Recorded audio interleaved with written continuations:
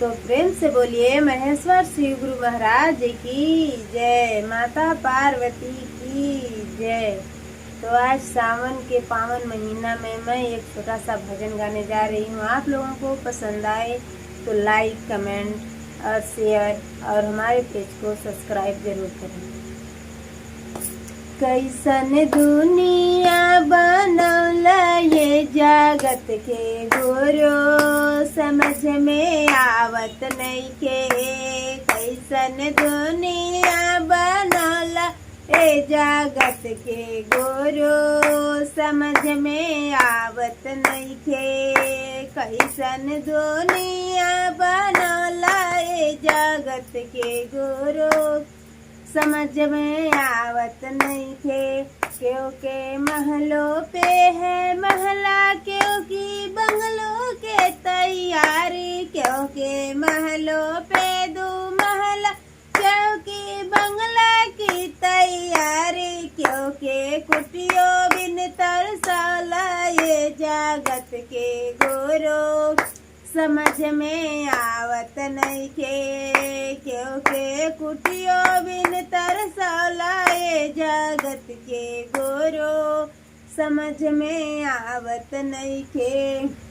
कैसन दुनिया बनौला ये जगत के गुरु, समझ में आवत नइखे। कैसन दुनिया बनौला ये जगत के गुरु, समझ में आवत नइखे। क्योंकि बेटा पे है बेटा, क्योंकि बेटी की तैयारी। क्योंकि बेटा पे है बेटा, क्योंकि पोता के तैयारी। क्योंकि बेटियों बिन तरसाला ये जगत के गुरु, समझ में आवत नइखे। क्योंकि बेटियों बिन तरसाला ये जगत के गुरु, समझ में आवत नइखे। कैसन दुनिया बनौला ये जगत के गुरु, समझ में आवत नइखे।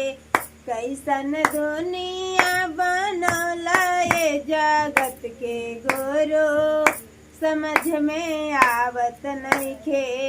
कैसन दुनिया बनौला ये जगत के गुरु, समझ में आवत नइखे।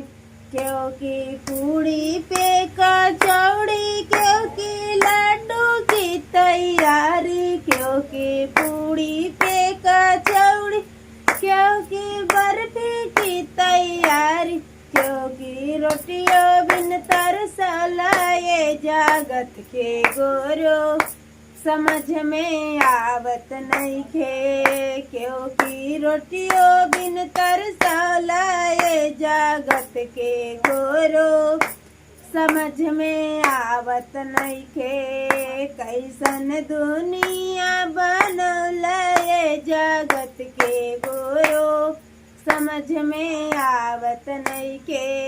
कैसन दुनिया बनौला ये जगत के गुरु, समझ में आवत नइखे। कैसन दुनिया बनौला ये जगत के गुरु, समझ में आवत नइखे।